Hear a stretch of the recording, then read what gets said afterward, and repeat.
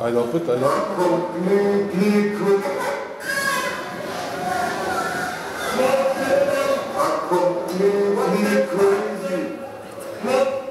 This collaboration with Yannis started in last fall, 2021, when he was when we met actually, and he was a resident artist at Footnote Center. If you know about it, it's actually now moved and it's across the street. But then we kind of started talking about his ideas and his future projects, and we started like kind of speaking about this potential show. And he then again came to Serbia to be resident artist in New Gallery of Visual Arts, which is here. So we started having this like ongoing dialogue back and forth. And Yannis is an artist that is based in Athens and deals with sound art. So also this project was more like for me at least a dialogue how to speak about and have your ideas fulfilled with also this visual aspect. So we were kind of having this discussion ongoing. And what also you mentioned in many of our discussions was that to use this space, which is like a gallery, but it's also like a kind of a flat apartment. So it has this vibe of home, and you know, it's a circular kind of place. And so I think you, in the end, used it to have this show to navigate also through this divided installation that he was like aiming to do.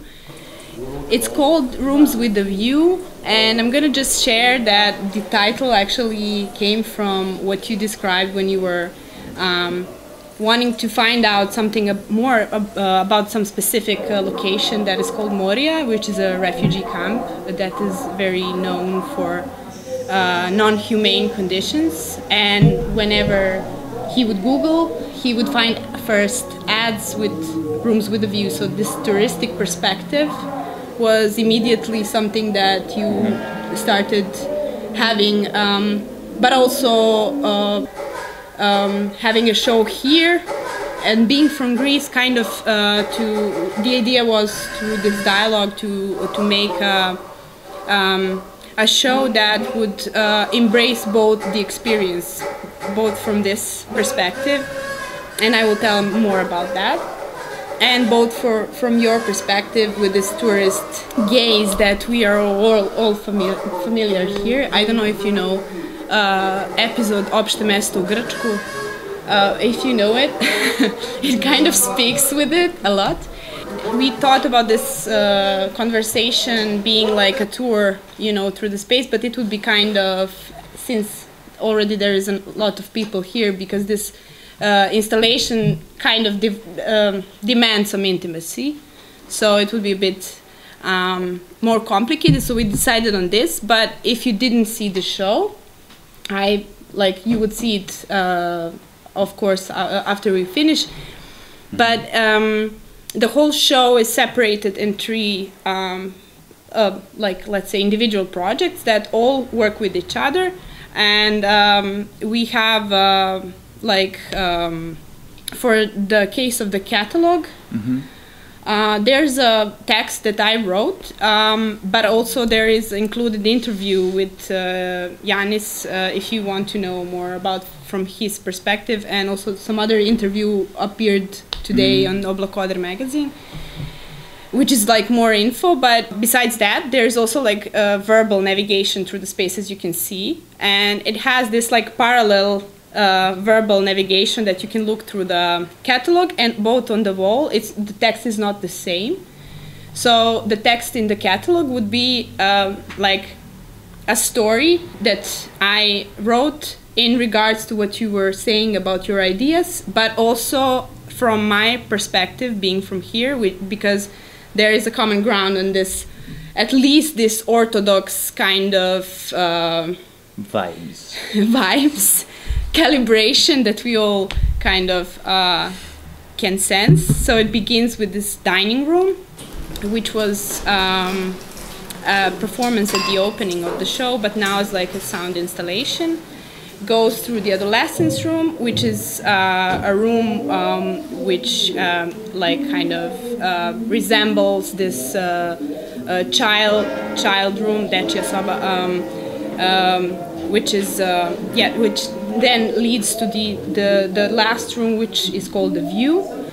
And from my perspective, there like this division between the rooms speaks from this like family heritage, like, you know, education. This could be like self-reflection, and this would be the outer world, like this encounter of the outside of your, like, let's say, self and your family. Mm-hmm. So I kind of had a brief intro, and yes, I would like to immediately thank to Jelena, Sanja, and Alex who made this possible, and also a bunch of other people. Including performers, and we had 8 performers at the opening. And what is recorded at the opening, because I don't know if you followed up, but the performance was them eating at this table, at this very table. So we had the sound recording that you then played in the room to loop and to make a sound and audio-visual installation. So. Yeah. I would now, because I talked a lot, I would now drop it, and I would leave it to you to kind of maybe tell us more about this sound and visual kind of aspect that is, I think, also for your practice, something that you explored the most during this project. And whatever you like to say as well. Yeah. I mean, thank you all for coming, first of all. Yeah, while I was here for the second time from October, having the residency here in NZVU, I was really interested, not only art-wise, but in general, into the subject of, let's say, information in general. Meaning just how information is actually being altered and formed into our own heads regarding the visual or the sonic or the everyday familiar or past or present, let's say, surroundings. I didn't want to be like didactic about the show and serve like an absolute truth or anything. It wasn't about that. I was really actually being confused on the way I was receiving information about even really important real things or facts, however you want to call them. For example, refugee crisis in Greece, or my own past and memories, both sonic-wise or visual-wise, and I was like really confused. How do I store them, and if the way I save them into my head, is it affecting me the same way they're saved into my computer, for example, when I go back to my old memories, like in my hard drive or whatever. And well, I was confused, obviously, and I didn't want like to. Bless you. Bless you. I didn't want like to serve an answer actually to this question. I really wanted to express the procedure that I was feeling, like how like this information that is just an algorithm on the internet, and I'm searching about a real problem, for example, what you also said, refugee crisis, and I'm getting constantly spammed about touristic rooms to rent in Greece, even though I'm fucking Greek. I mean, you know, I don't need that. I mean, I wasn't a tourist in Greece back then, but still, it was there. It was like the first thing to pop out. But at the same time, you know, how these old memories that I had got altered through time, and how they have actually formed my own personality, which deals with the present. Let's say they form me as a sensor, arriving to all this info that they are surrounding me. So I was yeah, confused about it, and also by the, I mean, regarding how I live every day, like, I had family dinners. I mean, I had a past, I have a present in Greece. I also was here in NTVU, and it wasn't just the place. I mean, the place looks like an apartment. Maybe it used to be an apartment, I'm not sure, but all these doors, you know, but also this familiar kind of vibe that I had also from the guys here, like, really made me comfortable to get back into personal, let's say, details and be able to express them. But I didn't want to be like super deep into personal, non-understandable stuff. I wanted to keep it simple, playful, interactive, and try to engage people to have fun with kind of unfamiliar, let's say, musical objects, but still have an atmosphere that it's both kind of weird, because I mean, you don't expect usually fruits or lasers to produce sound, but at the same time it's playful, at the same time it's a bit weird. The sounds are not really happy regarding this room. Here they're more nostalgic. There they're just regular everyday sounds that weren't even super amplified during the performance, because I mean, you know, that wasn't like a theater acting show. I mean, it was just people eating, and I wanted to keep this normality, let's say, on that. And yeah, all these doors as well, while I was living here, all these rooms. Also, I was here during 2 shows, and I was present when this whole gallery was all the time altering, and different show, different way of seeing the rooms, different way of how people get into doors. And at the same time, I'm really dealing with DIY electronics. That's my basic, let's say, tool in sound art. I mean, I was composing for years, but I've stopped this stuff. Like, I'm mainly doing DIY electronics right now. So I'm at the same time, you know, soldering circuits, putting cables to work, making some diodes, making some connections that are not so regular, let's say, like these 2 installations. And I really felt a bit the same vibe with this space, having so many doors, having entrances, having walls, having, I mean, in the first time I was in here, it was like, what is it, like 10 rooms? No, it was just 3 rooms, but 10 doors, you know. It's like a different way of dealing with it. So yeah, about how conceive the concept, it was mainly done here. And this whole information thing, I realized that, you know, it was similar to the way I was dealing with sound, let's say. It was like between analog and digital contact, let's say, with information. Because most of this stuff here include like an analog gesture. I mean, you have to move your hand, you have to touch something, you have to create a shadow there, or here there's just people eating and producing sounds with the mouth. But at the same time, there's like conversion into digital information as well, which I manipulate for my own cause, like to present my own thoughts. And I kind of felt that this is happening at the same time in my life. Like, there is a digital algorithm serving me what I prefer regarding the cookies, what do I watch, what do I click.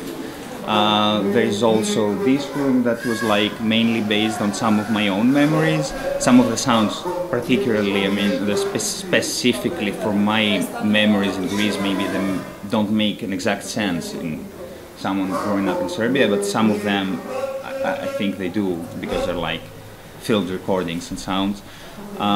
Yeah, like I had an analog and a digital past. I had the past that I had on my own head that got altered. The timeline wasn't so linear. Things were, happy memories were slow. Bad memories were like stored somewhere else, muffled. This is like what we use in sound when it becomes like, you know, it was like between walls in my head. But at the same time, you know, I had my memories stored into my hard drive with friends, being kids or being in adolescence and, you know, fucking around in Greece. I mean, I don't know, drinking beers, having fun, whatever. And, you know, when you feel a bit uncertain about your present, you go back to your past. I mean, it's kind of circular anyways. I kind of feel that that's not an absolute truth. I mean, that's a personal opinion, but I kind of see that in the art as well. In general, I see a vibe going back to nostalgic, let's say, elements, even in pop music. For example, synths are back or whatever. Like, there is a tendency to go back to your past, and I really feel that I'm part of this right now. So yeah, when I try to do that in my own past, I was like, hey, I have two personalities. The digital one, which is never altered, whatever happens, it's there. I have photos, I have videos, I have sound samples that I'm using. In my head, they were completely different. So I wanted to get in touch with them, and that was like the breaking point of wanting to do stuff with touching them. Fruits were basically the environment I grew up. I was in Greece, like I grew up in a small rural, let's say, town. I was between orange trees.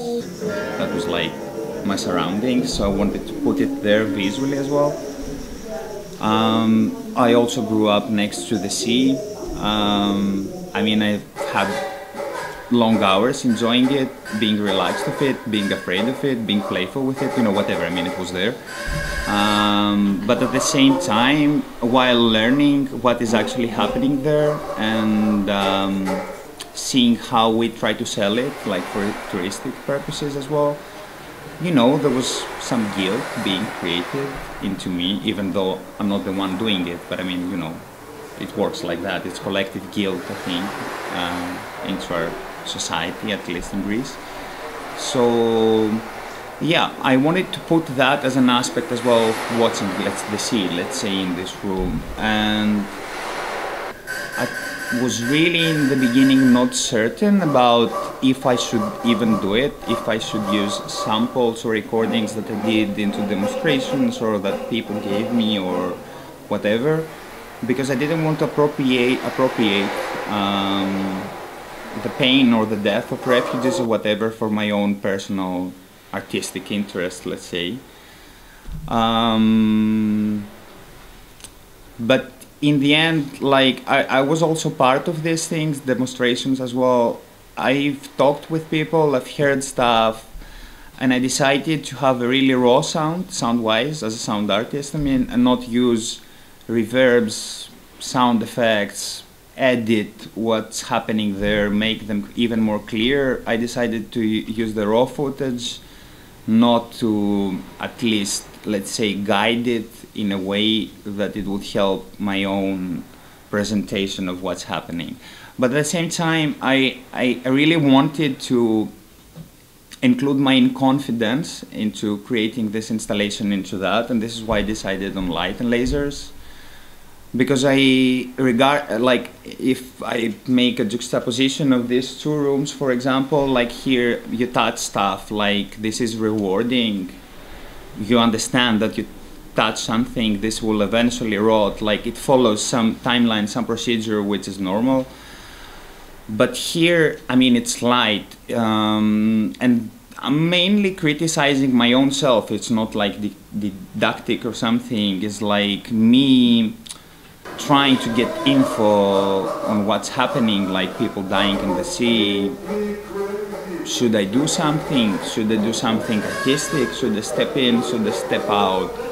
Should I just inform myself and follow like my regular life? And this is why I decided to have lights as like the media that you interact with, because it's also interactive installation.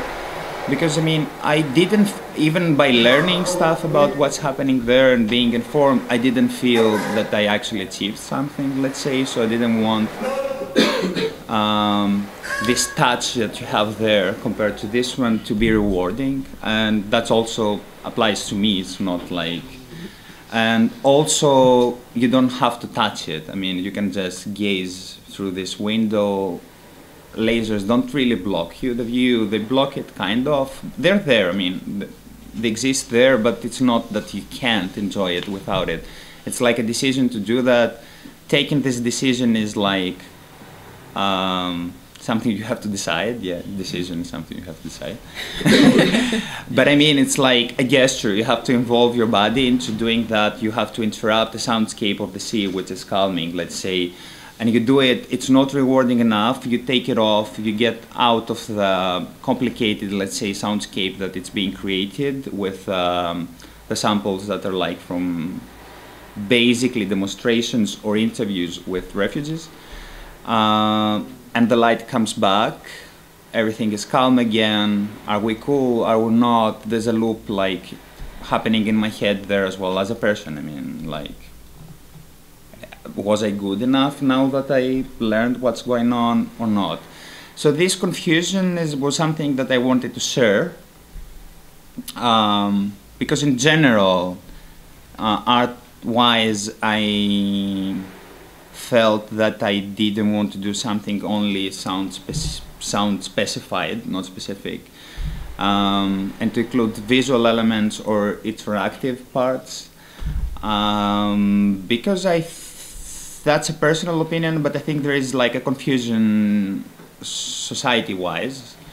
I don't know if we achieve anything by just being informed. I'm not saying that if you're not informed, you're doing something bad. I'm not saying that if you're being informed, you're doing something good. I'm also confused into the situation. I feel like this whole, you know, Kafka-ish vibe, like, going on, like, who's my enemy, what am I trying to deal with, what I am trying to serve, let's say, as an artist. And I was like, you know, fuck it. I don't really think that this moment, by what I do personally, I should be giving answers, neither raising questions, which, I mean, you know, I also had my academic years as an artist, being in universities and shit, and, you know, there's this whole narrative of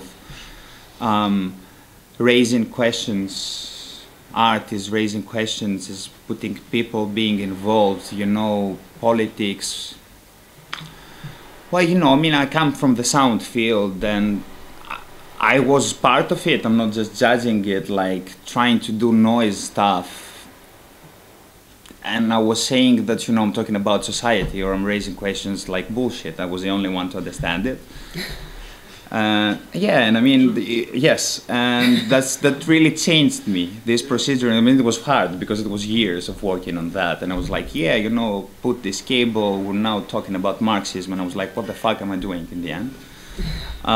So yeah, I was like, I don't want to raise questions. I wanted to be able to, let's say, present a social insecurity and personal that I have, which I think it exists in general, and I think it shouldn't be shameful at the same time.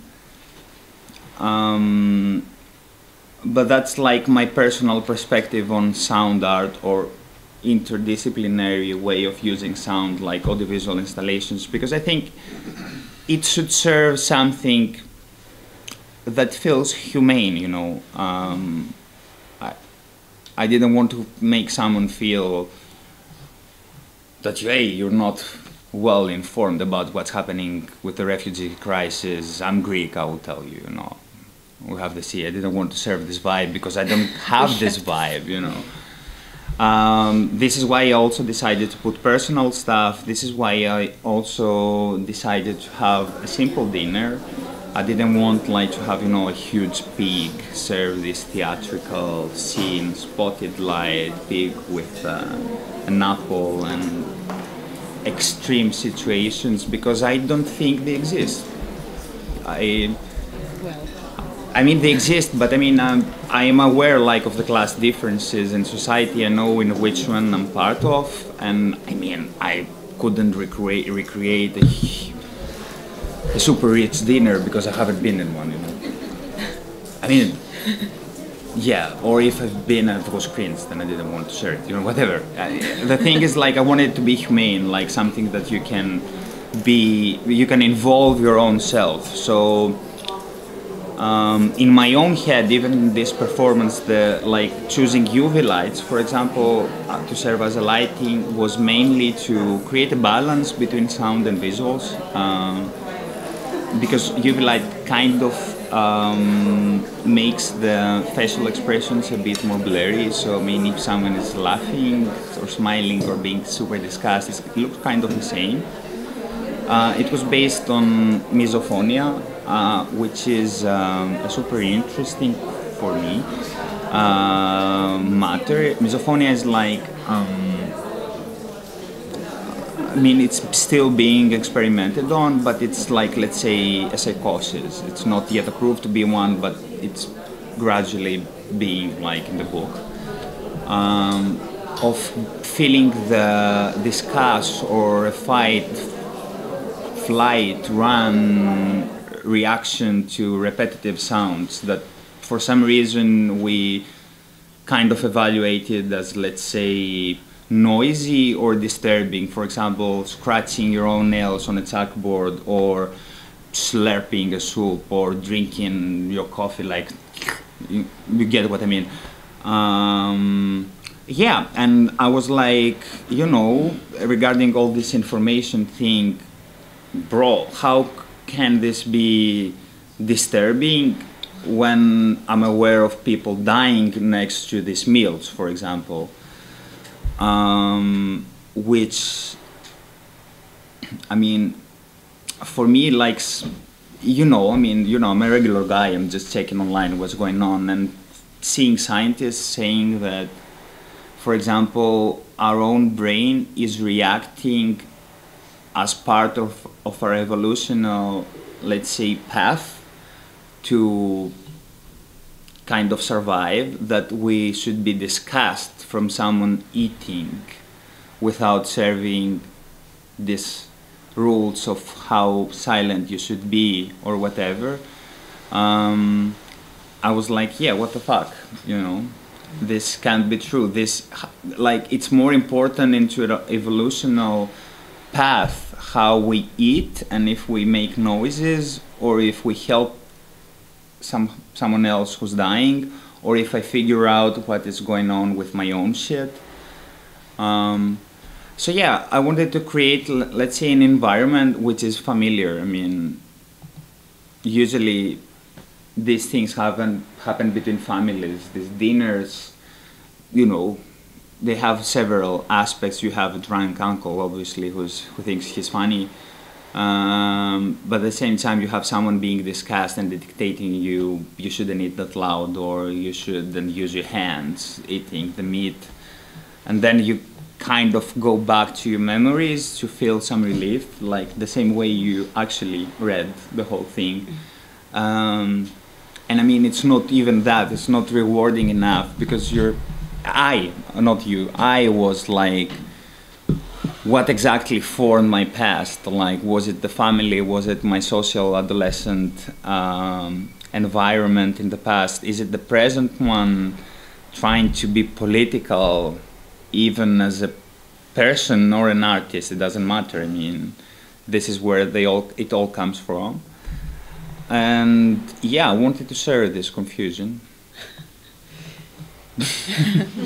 Yeah. I'm just fascinated about this. You said mesophobia. Misophonia. Misophonia. Yeah. And this is like being repulsed by certain sounds. Yeah, which is which have as like the basis of what is making you react to that is the repetitance. So usually it's something. It could be just a pen, you know, click, click, click, click, click, clicking. But it's mostly associated with food sounds, like slurpings, chewing, lip smackings, yeah. That or sounds that are made by other human beings? Could be mostly what we read is like it's mostly about the sounds that are produced by other human beings and related to food. But it could be also this pen clicking, nails on a... Yeah. So it's like, for example, it can be like disgusting in a like physical way, but also like when somebody is nervous and he's doing the pen, he's making you nervous too, and he's transferring that emotion Yeah, as I think it usually works like that, but regarding specifically food, it's not just like based on, you know, the social relation we have in a specific event, like someone making you nervous. With food specifically, it triggers anxiety, and I mean it triggers this part of the brain that is responsible for reflexes. Yeah, the lizard. Yes, so I mean it's super weird that I agree. that reflexes are being triggered by someone eating. You know, in the past it would be triggered if someone wasn't eating, because you would fucking die if you. And I mean that's one of the first examples that we have that like this class division societies, even I mean from Middle Ages, like I mean it's not just capitalism, it's way back more like it would be kingdoms or whatever. Like the way you ate meant you eat more, so that evolutionary like made you have more children. So it kind of passed by neurologically wise as a survival mechanism, that if you hear someone not having the savoir-vivre rules, you know, like that's not how you survive, which is, for my personal opinion, it's like, I mean, dealing with sound as well, it's also connected with that, because you know, I'm really interested in raw sounds in general, like even this doorbell, you know, I mean, if you don't know how to eat properly, it's hard that you'll survive with that kind of manners. Yes. In a high-class society. Yeah, and it's, I mean, it's absurd. I mean, totally in my head. I don't think it's like, you know, it's something that obviously it's not the same as me like threatening you to die and you have to freeze or leave, obviously, but the thing that something that was like really society based and not primal based, let's say your instincts got into your head, like really made me want to research more about it and to put it happening for some reason. Yeah, it's like masochist there. But can I also comment on that, just by obviously, going through here, how I like the atmosphere of the room, just the sounds, because before it was a performance and you're in there, but now it's basically just a memory. So it's like the whole room is like a ghost room. Yeah. And it very much resembles like a memory.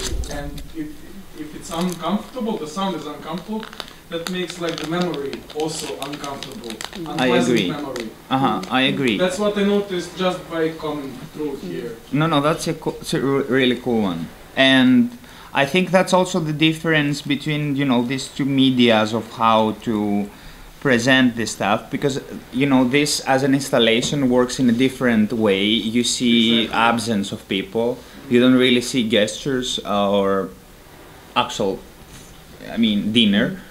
And the sound is more amplified than it was during the performance. The room is more empty. I mean, there were more people around as well at the same time.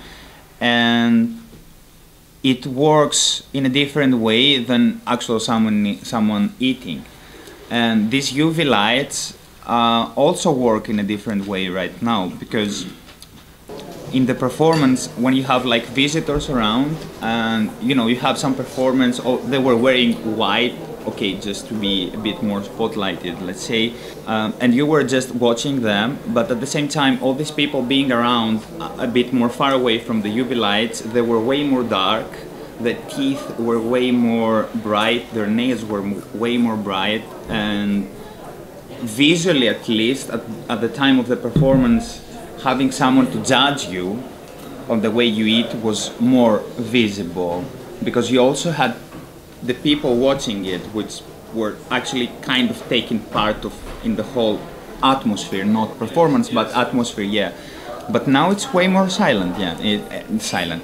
I mean, it's way more louder, sound-wise, but visual-wise, it's more silent, it's empty, and it's a memory, yeah, and it's a memory. And I mean, it works like that, actually. You're getting judged, you're not getting judged constantly. One time is enough, you know. When you said it's confusing, but it's actually very clear. Conceptually, it's very clear. But all right, I'm happy for that. It's like confusion, but like when you see it like as an art piece, it's, to me at least, it's very clear. Oh, I'm really happy like for that, and you know, just, We'll I mean, about the other stuff.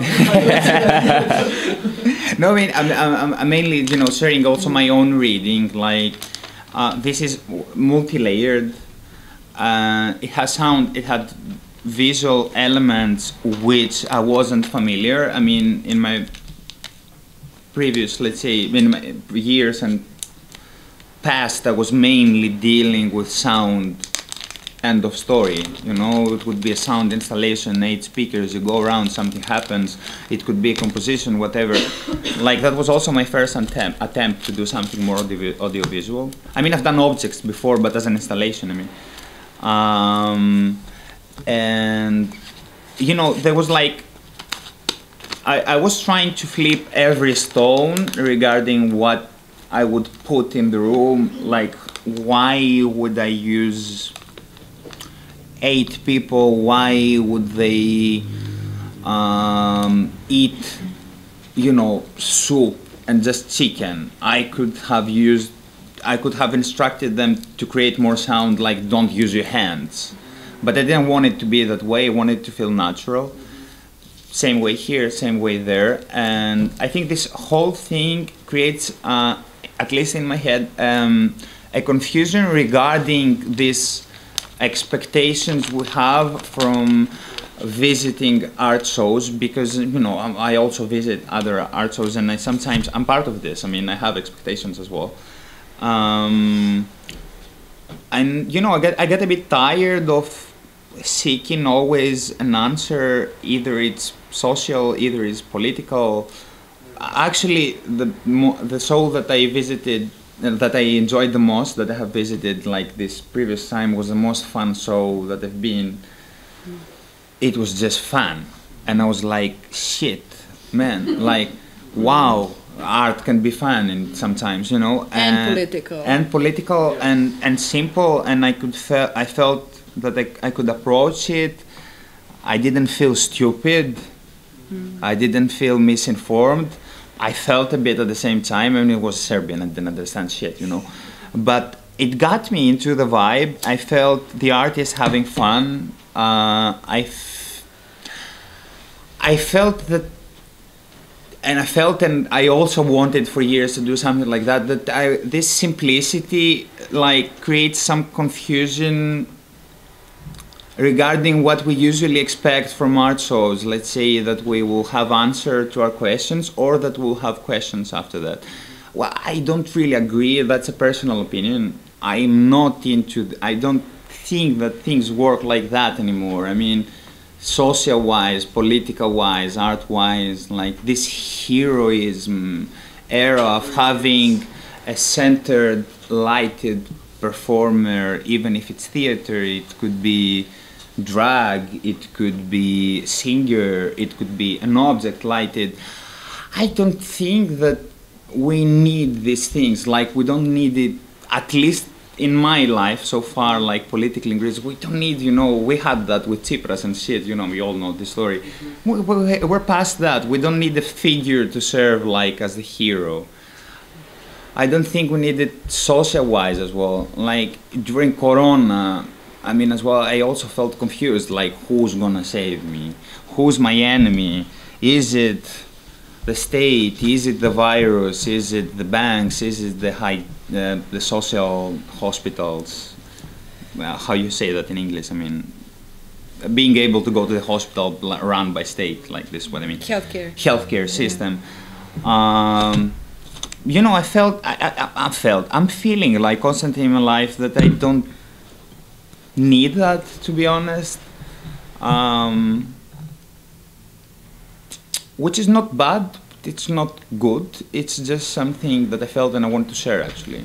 I'm pretty honest on that, actually. If I can step in. Yeah, of course. Just briefly. Can you tell us, I'm interested in relationship curator and artist.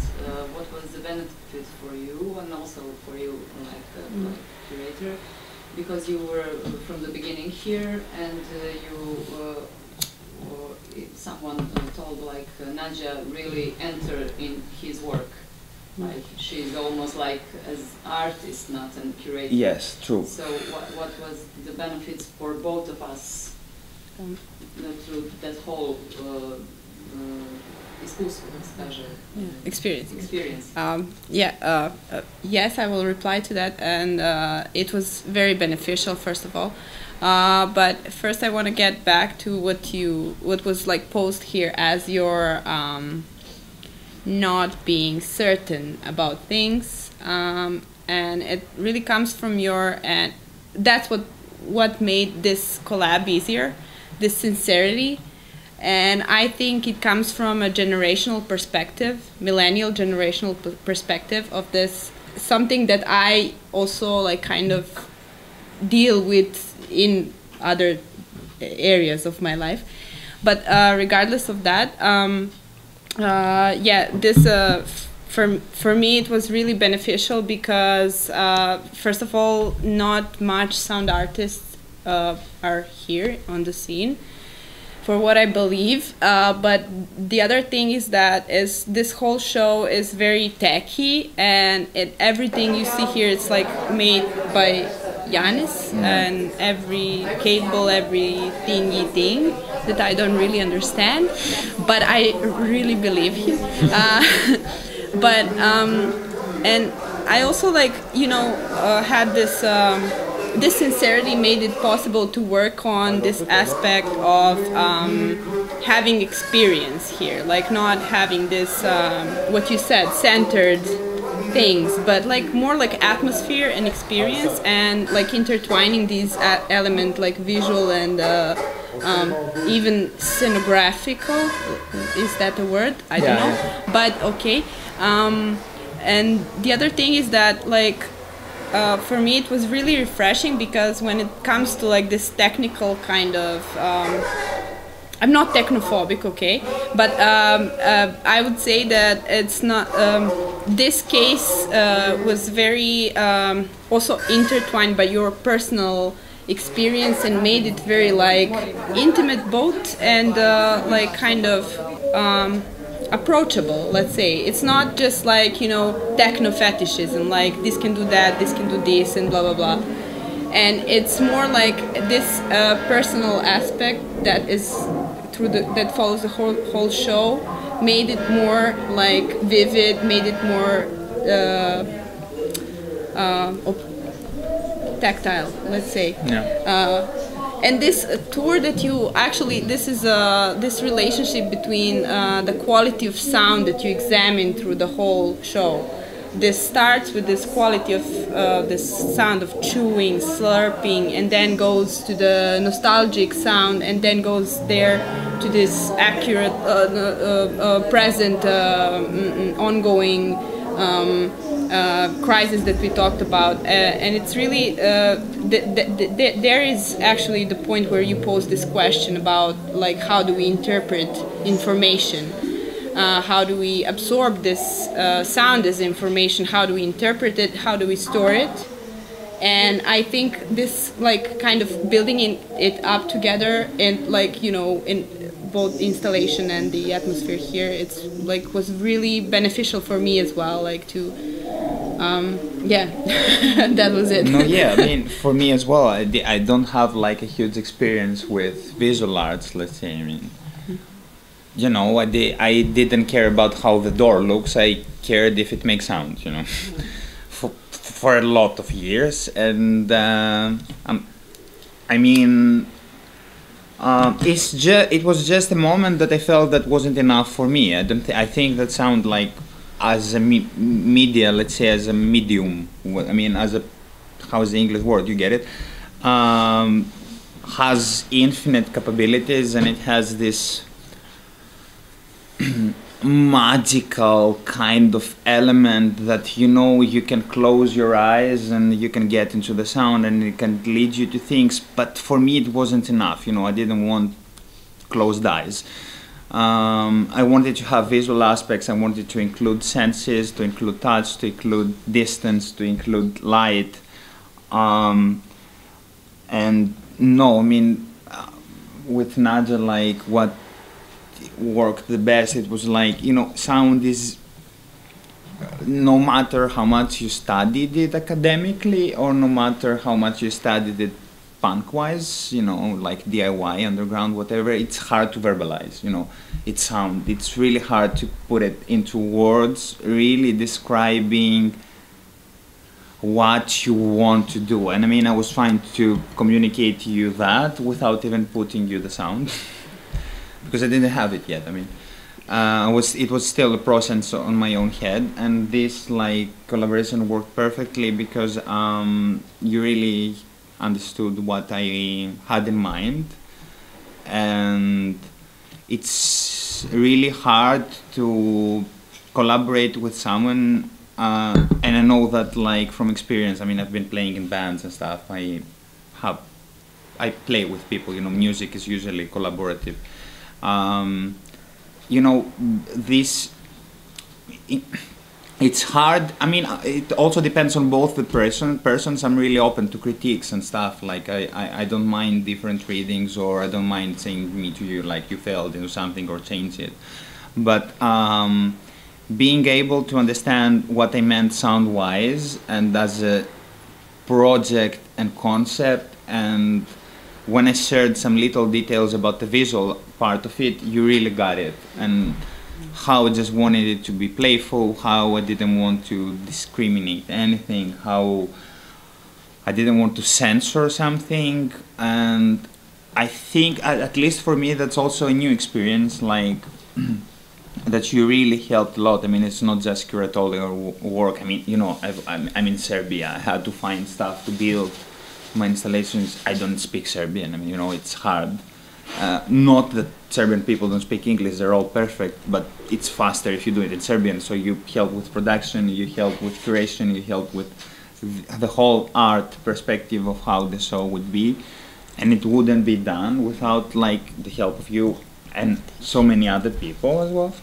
Yeah, but that understanding is crucial. Yeah, it was crucial because it's you know, hard to find someone to judge you when you have to be judged, because you know, I mean, it's, you do your own thing, you have your ego sometimes, you know, I don't want that, I want that to be that. And I mean, you need someone to tell you like, bro, this is shit.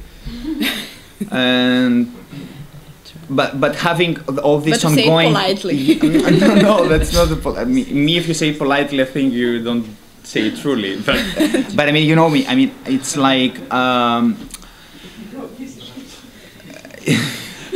yes. I mean, you need that sometimes, and it's really nice to. I mean, it's an ongoing procedure. I mean, you first heard the idea. You liked it, so it started, blah blah blah blah blah blah blah blah, and there's like a trust being built, obviously, and you know, this is it. It's something that you care about, and it's not just something that interferes with your work. It's actually like evolving it into something way better. So yeah, I was remember. I mean, I knew Nadežda even before like we decided that you will curate it, and we discussed this. So I mean, you would be part of it even if you didn't curate it so many times that we discussed it, you know what I mean?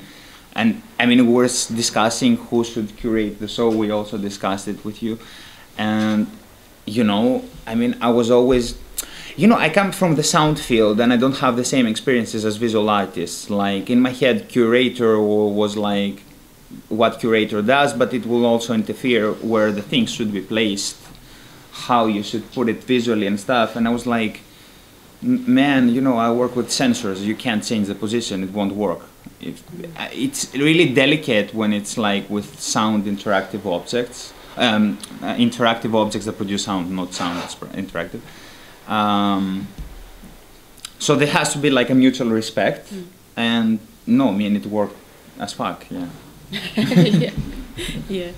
Yeah, I'm really glad about that. But also, like, I would just add up, and maybe we can have your questions. Yeah, feel gladly. Free and interrupt. I mean, it's interrupt. Feel free.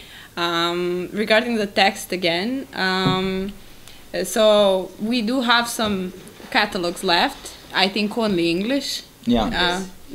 Well, this text really guides through the show, like literally, as you would you know, go through the show as it's imagined. This is the number 1 installation, 2 and 3, and it's like a story that I imagine being here, living here in from this region would.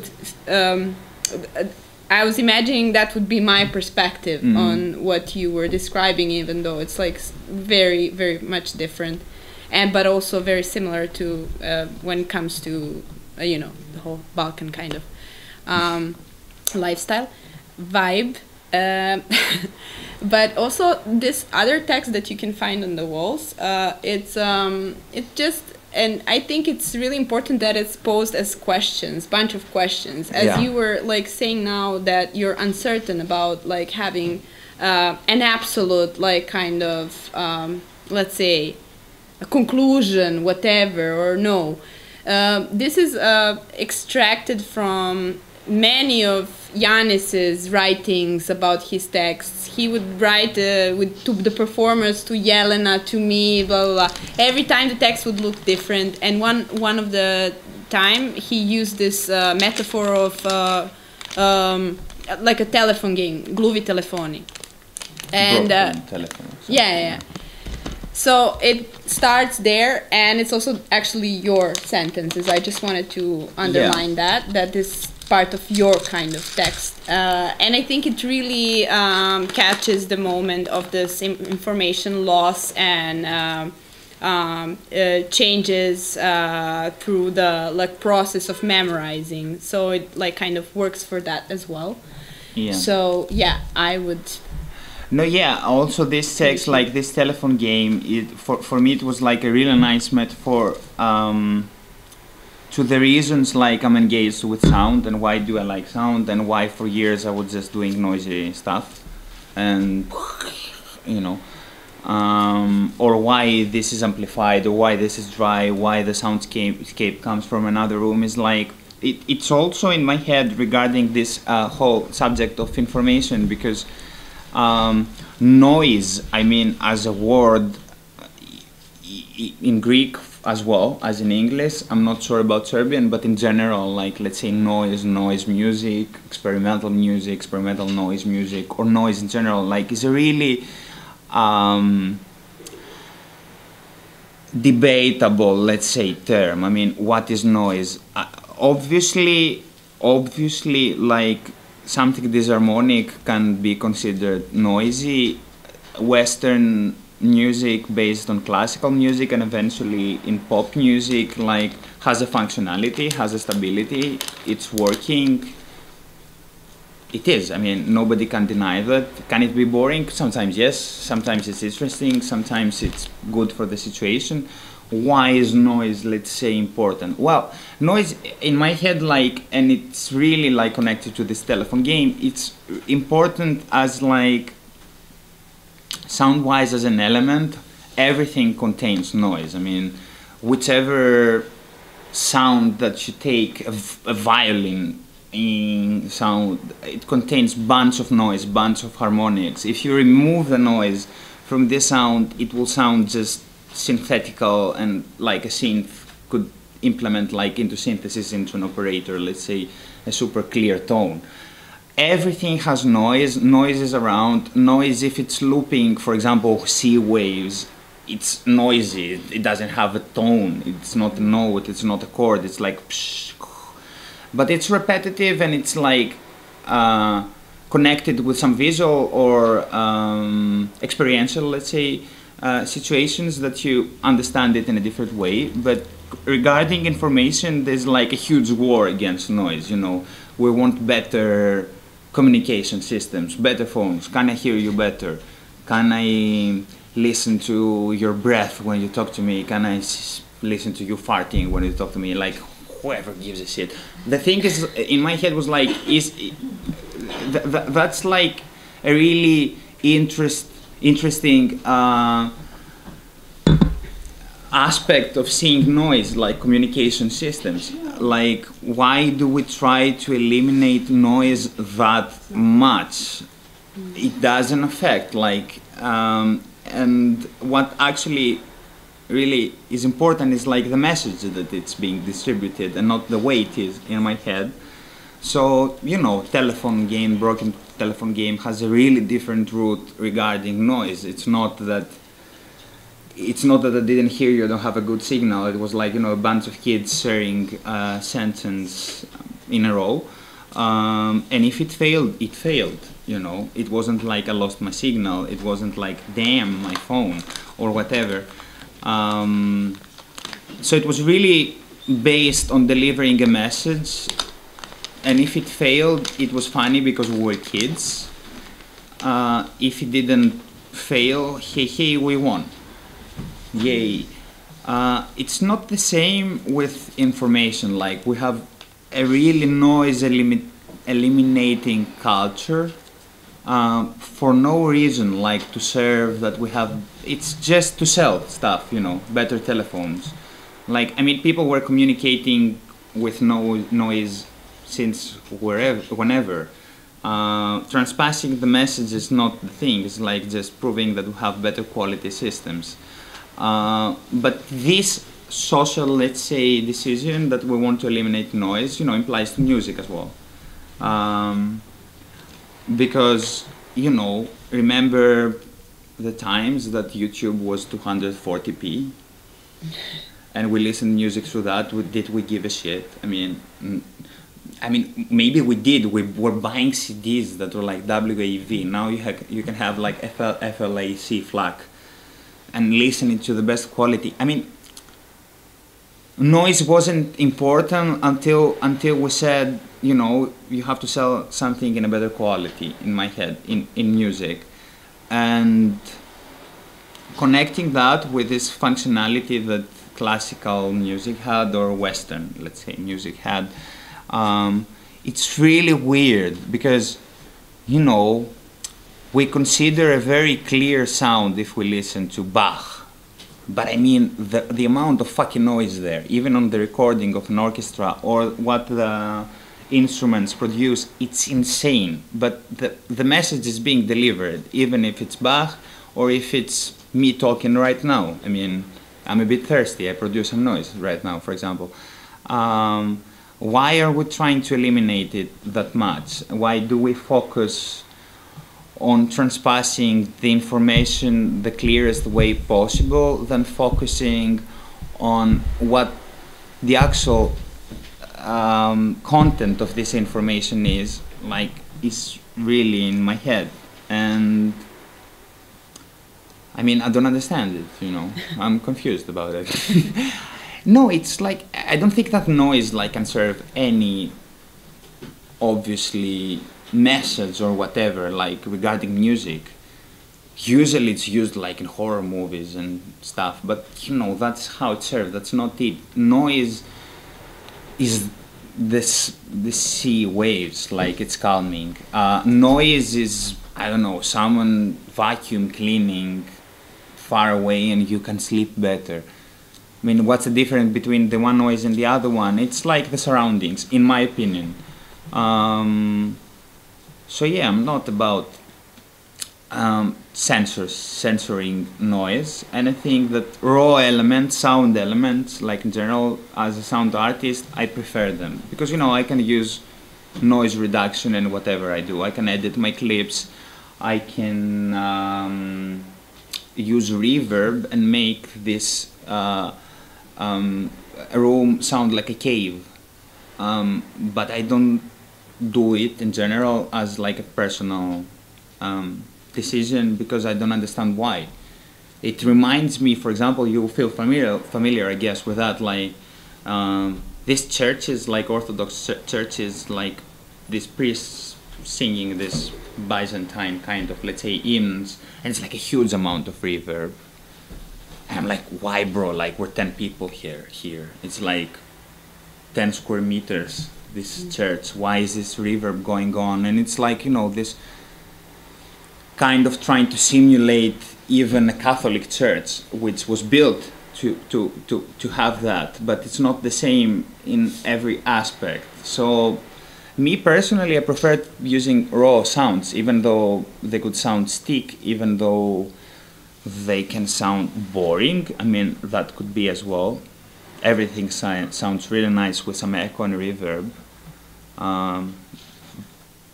But you know, like the way you manipulate sound and understand sound through noise actually makes it more stick and compact. Because there's some quality behind every sound. And this is known since 20th century, I mean, between sound composers, like, I don't know, like experimental film creators in Russia back in Soviet Union. I mean, they would have like a train going by or a car, black frame, a glass being broken. You immediately understand that this is a connection between like a crash on something. Well, you know, you can do whatever you want with sound by the quality it has if you put it in a specific surrounding element. Like if you don't use any visual surroundings, you can fry bacon, edit it a bit, and it sounds like rain. But when you want to create an experience in a room, I think that's not doable because, you know, you have eyes. So if I put a huge amount of reverb here or made super clear recordings of refugees, why would I do that? I mean, they are into shit. Why should I make it clear? Why should I make it sound nice?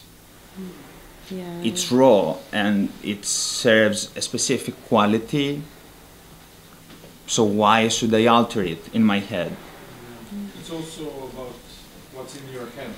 Too obviously, yes. And yeah, not yes. polishing it in a way What's in your to... head. I like the thing that, like, when you're interacting with that thought, maybe like the laser is like a thought, you can't grasp it, you can't touch it.